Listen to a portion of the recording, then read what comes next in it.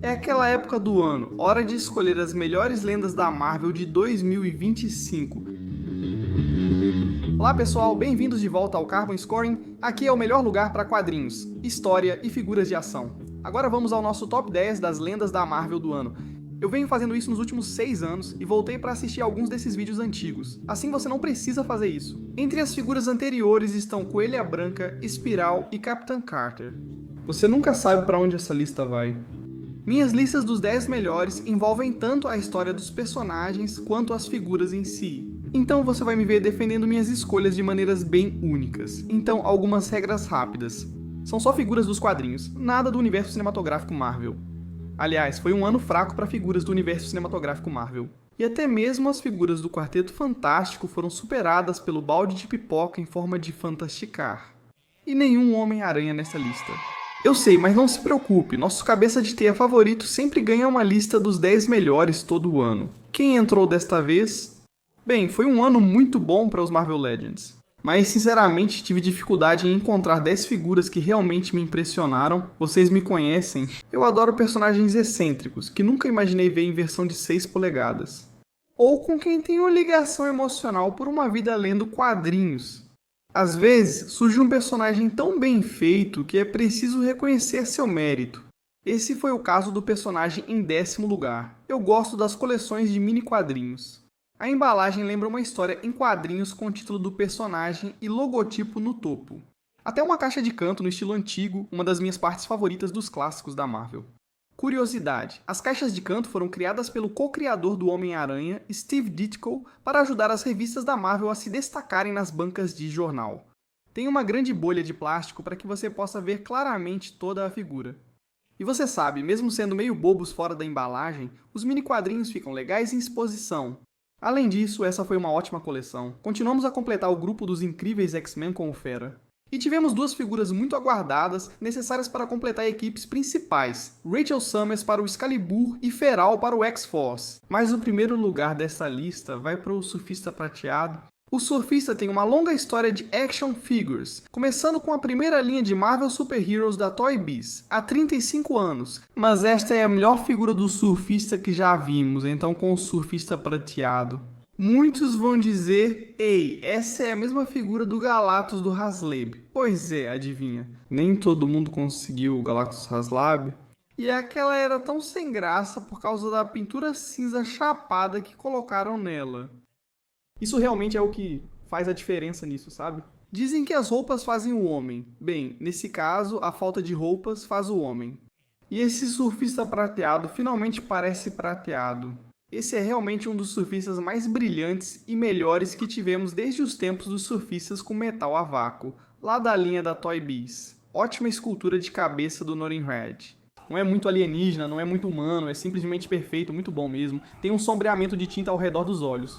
Ele está no novo corpo masculino padrão. As articulações sem pinos permitem várias posições agachadas. Você tem várias mãos, então o visual de surfista fica legal e a prancha presa nos pés, muito bom mesmo. Você pode ver que ele tem um pino ali e ele fica preso direitinho. Acho que às vezes o simples e o clássico funcionam. Sempre me atraí por excêntricos desde a primeira edição do O Espetacular Homem-Aranha. P.E.T.R. Palmer. Sim, pode procurar. Stan Lee nem se deu ao trabalho de manter o nome do personagem principal consistente de uma edição para outra. Palmer resgatou uma cápsula espacial defeituosa e o astronauta-herói dentro dela. Nada menos que John Jameson, filho do editor do Clarim Diário, J. Jonah Jameson, que obviamente usou isso contra o Homem-Aranha. Em uma missão lunar posterior, John encontrou a lendária Pedra dos Deuses, um rubi que se prendeu ao seu pescoço e, quando exposto à luz da lua, o transformava no monstruoso Homem-Lobo. Essa versão do personagem recebeu uma figura de 15 centímetros na linha Spider-Man Classics. Conseguir uma figura do Homem-Lobo já é um milagre de Natal? Mas aí a Hasbro realmente nos deu uma segunda versão, dessa vez em sua forma de Deus Estelar, que veio na primeira leva de Magic, The Gathering. Sabe, eu coleciono Marvel Legends há mais de 20 anos desde o começo, e é muito bom ainda ser surpreendido. Estive na San Diego Comic Con quando essa figura foi apresentada pela primeira vez. Ela simplesmente apareceu na vitrine junto com as outras figuras da primeira leva das de Magic, The Gathering, e de longe, imediatamente. Pra mim, essa foi a que mais se destacou e, olha, eles não economizaram nada nessa peça. Que escultura incrível para capturar o visual único de John Jameson como o Deus Estelar. Gosto muito da boca articulada dele, é muito legal. Ele realmente tem flechas que saem, então algumas delas você pode realmente puxar para fora. Então se você quiser colocar uma na mão dele onde ele está, você sabe, atirando com arco e flecha, a espada dele sai da bainha ali. A única coisa que eu tenho uma pequena reclamação é que a alça que passa pelo peito dele tende a cobrir a pedra divina. É como se você precisasse deixá-la bem posicionada. E esse cara tende a ficar mais em uma posição meio agachada desde o começo. Achei tão clássico, sabe? Eu não estou nem um pouco interessado porque estou só jogando a carta pra lá e pra cá. Não estou realmente interessado nessas coisas de Magic, The Gathering. E eu não gosto do fato de que isso custou bem mais caro por causa disso. Mas se você consegue uma figura premium de um personagem raro e obscuro, eu topo. O oitavo lugar é para apaixonados. É a sua primeira vez no Hotel do Leão Galese. Você está aqui conosco, eu realmente não consegui decidir entre dois dos solteiros mais famosos da Marvel. Para este lugar, eu quase escolhi o Star Fox, a personificação viva do desejo da Marvel na forma do Eterno, chamado Eros. Quando li Vingadores nos anos 1980, Star Fox fazia parte da equipe. Pra mim, ele era tão importante como Vingador quanto Visão, Vespa ou Gavião Arqueiro. Então, conseguir esse cara em forma de action figure foi incrível pra mim, pois me permite finalmente completar minha exposição dos Vingadores dos anos 1980. Como garoto dos anos 80, esse lugar tinha que ser da incrível Mulher Hulk. Nada moldou mais meu amor pelos quadrinhos da Marvel do que a minissérie Guerras Secretas de 1984. E ao final, a Mulher Hulk substituiu Coisa no Quarteto Fantástico durante a lendária fase de John Byrne no título. Quase 20 anos após o lançamento da Mulher Hulk do Quarteto Fantástico, exclusiva da San Diego Comic Con, finalmente temos uma atualização. Essa figura já era tão esperada que não surpreende. Eu sei disso, Jen. Esta é só uma repintura simples da Mulher Hulk que já tínhamos recebido. Mas essa figura nesse corpo feminino grande e robusto fica tão boa e aquele uniforme clássico da fase Bunny do Quarteto Fantástico funciona muito bem. Adoro que o verde dela seja vibrante, pois acho que destaca sua personalidade, o que essa escultura facial e a tecnologia de impressão a jato de tinta conseguem fazer. Além disso, olha só, olha todos os detalhes desse tom esverdeado no cabelo dela, ficou muito bom. Agora, se você não quiser ela com o cabelo solto, pode optar pelo visual de rabo de cavalo. Ainda tem um pouco de atitude nessa escultura da cabeça também. Então, sabe, Jen foi uma parte tão importante do meu crescimento, meu Quarteto Fantástico, sabe, por tantos anos. Tinha mais edições do Quarteto Fantástico com a Mulher Hulk do que com Coisa, pois foi quando comecei a ler o gibi. Então, esse aqui é muito importante pra mim. Às vezes, a figura entra na lista por ser uma maravilha de engenharia, como a espiral com seus 6 braços articulados. Às vezes ela entra por causa da escultura superior e da semelhança impressionante com o material original, como Odin. Mas quando seu foco é a interseção entre quadrinhos, história e figuras de ação, às vezes é uma figura que faz a ponte ou preenche uma história em quadrinhos na sua coleção. Esse foi o caso com Deathbird. O Império Shearer teve papel fundamental em grandes aventuras dos X-Men, como a saga da Fênix Negra e a saga dos Brute, que é tão incrível quanto a história da Fênix Negra.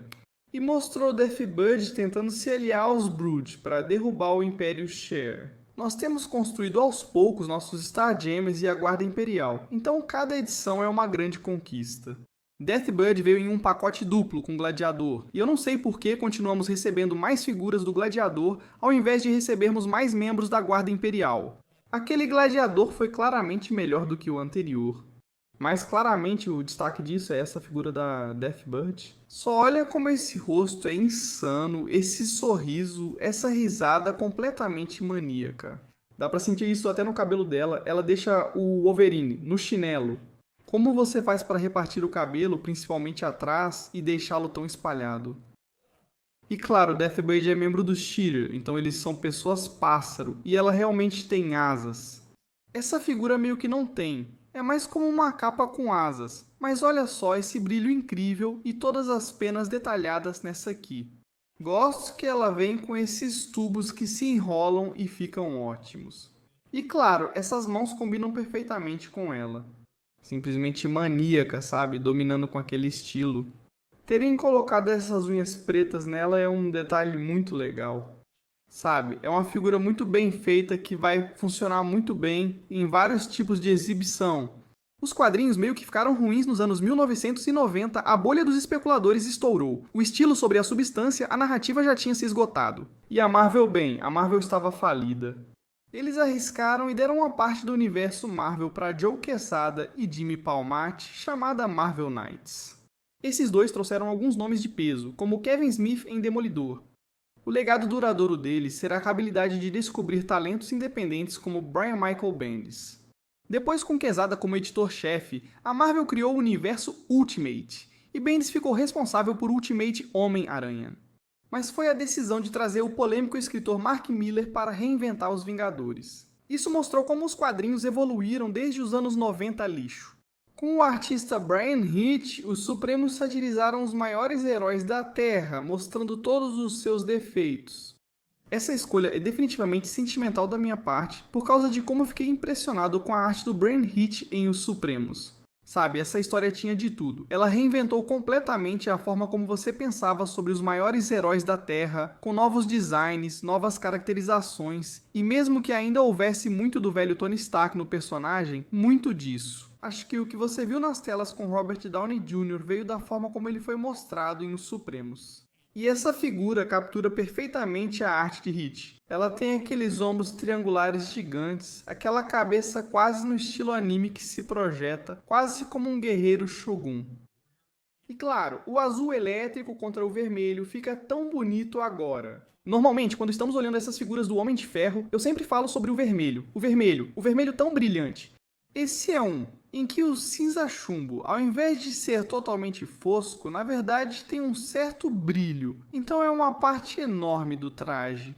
O fato de não ser apenas um acabamento fosco, de ter um certo brilho, realmente une toda a armadura. Estamos na metade da contagem regressiva, então escolhi algumas figuras intermediárias. Houve algo mais superestimado e que entregou menos do que a linha Maximum da Marvel Legends? Beleza, vamos começar com o Hulk Maximum. É uma figura do Hulk excelente, grande e robusta. Ele trazia várias mãos extras. Acho que todos nós nos perguntamos quanto tempo esse material emborrachado e fofinho vai durar. Mas isso nos dá a apoiar a capacidade de realmente fazer grandes dobras, então você consegue aquele Hulk grandão e espalhafatoso. Você também pode bater palmas até juntar totalmente as mãos. Acho que esse é o visual. Eles estão tentando coisas novas, e é exatamente isso que a linha Maximum deveria fazer. Vamos dar um ponto para eles por isso.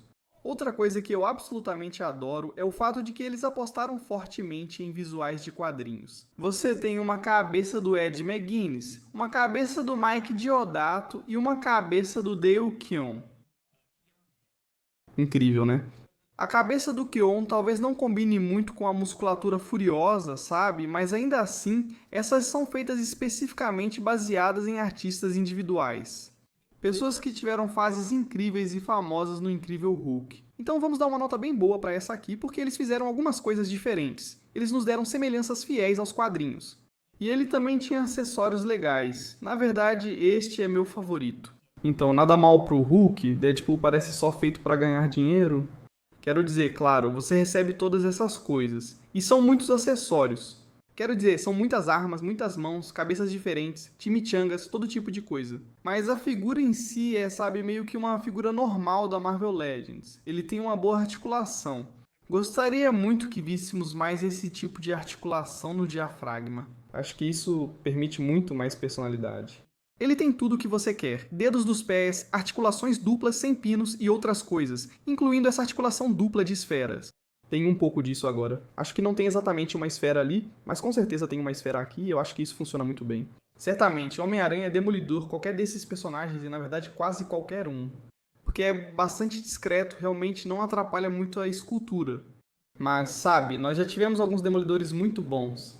E é difícil pra mim dizer que esse aqui é o máximo, sabe, de qualquer forma, a menos que você queira falar sobre isso. O fato dele ter vindo com o dupe, né, e o dupe certamente faria qualquer coisa ser o máximo, então só pelo dupe ele está subindo para o 5º lugar. Se estiverem curtindo assistir tanto quanto eu gostei de fazer, deixem um like e inscrevam-se no Carbon Scoring, onde tem conteúdo de qualidade toda semana. Um dos maiores sucessos de 2025 foi a série Gamerverse, mas vamos ser sinceros e chamar as coisas pelo nome. É Marvel vs Capcom. Pensei em pôr Shumagorath aqui. Desculpa, Gargantos, mas ele está tão bonito na minha estante que não quis tirá-lo. Psylocke e Wolve ou Venom seriam boas escolhas, mas minha figura favorita dessa linha é o Capitão América. Então por que esse Capitão de novo? Quando já tivemos versões praticamente definitivas na série Marvel Legends 20º aniversário e mais recentemente em Guerras Secretas, que foi um gibi muito bom, com um Capitão bem fiel aos quadrinhos. Um dos motivos são esses ombros. Olha só, esse capitão tem esses ombros de borboleta enormes e lindos que realmente permitem uma articulação e poses incríveis. Agora, o que você precisa sacrificar para conseguir isso é que você não tem a cota de malha esculpida na parte de cima do uniforme do capitão. Agora, isso na verdade é algo que esteve presente o tempo todo. O capitão sempre esteve presente, mas isso ficou mais evidente desde a época em que John Cassidy desenhava a série. Todo mundo acabou seguindo o exemplo, mas o Capitão América dos anos 80 quase não usava a cota de malha. Eram só alguns pequenos detalhes ali, então não é um grande ponto negativo. Não quando você pode fazer com que ele jogue o escudo muito melhor por causa desses ombros.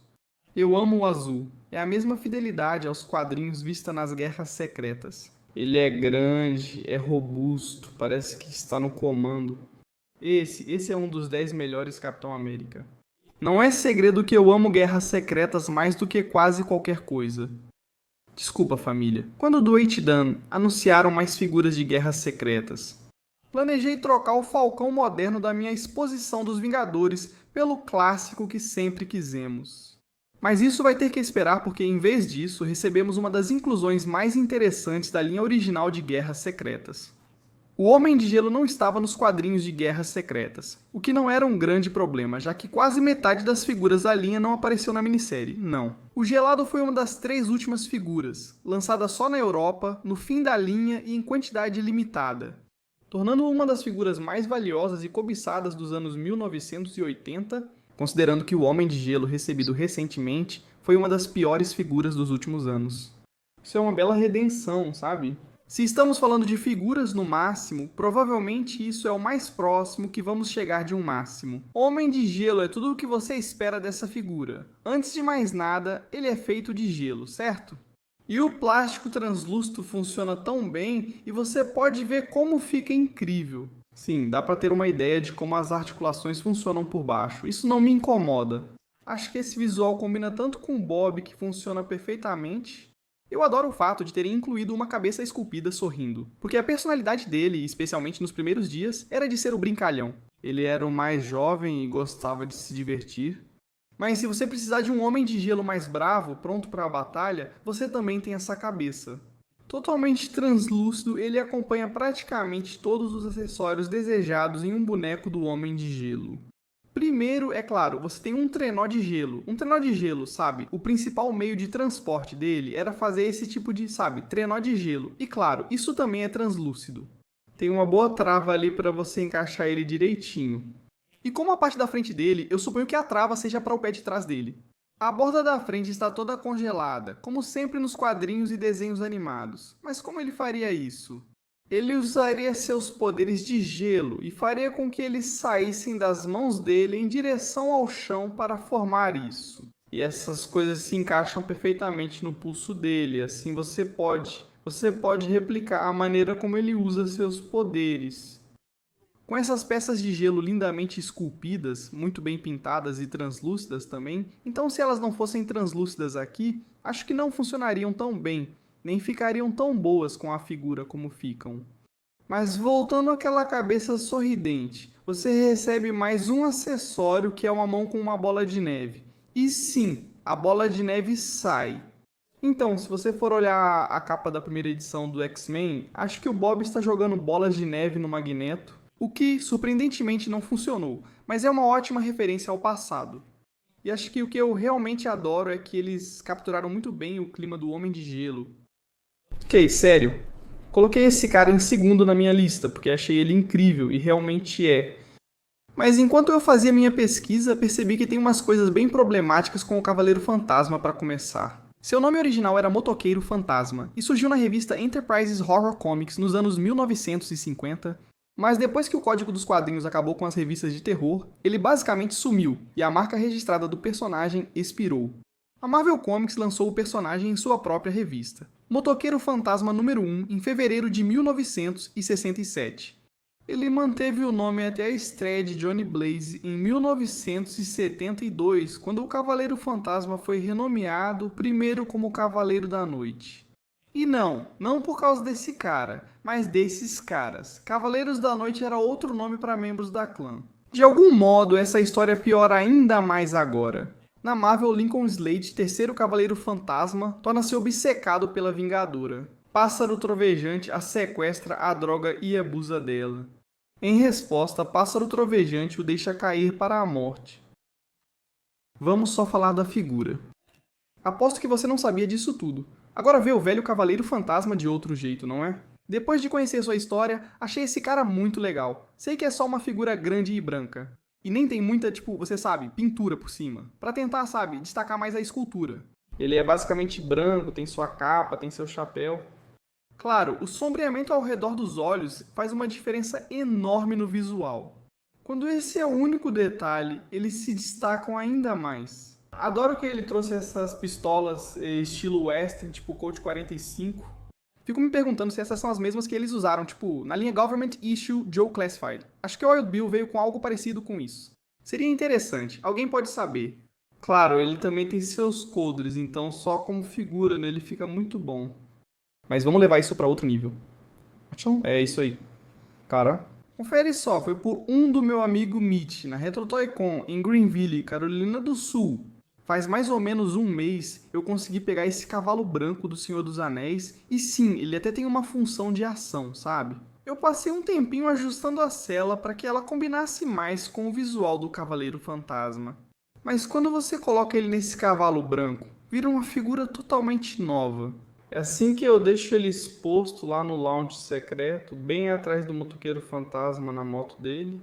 Ah, ele fica tão legal montado nisso, isso é o que realmente completa esse visual.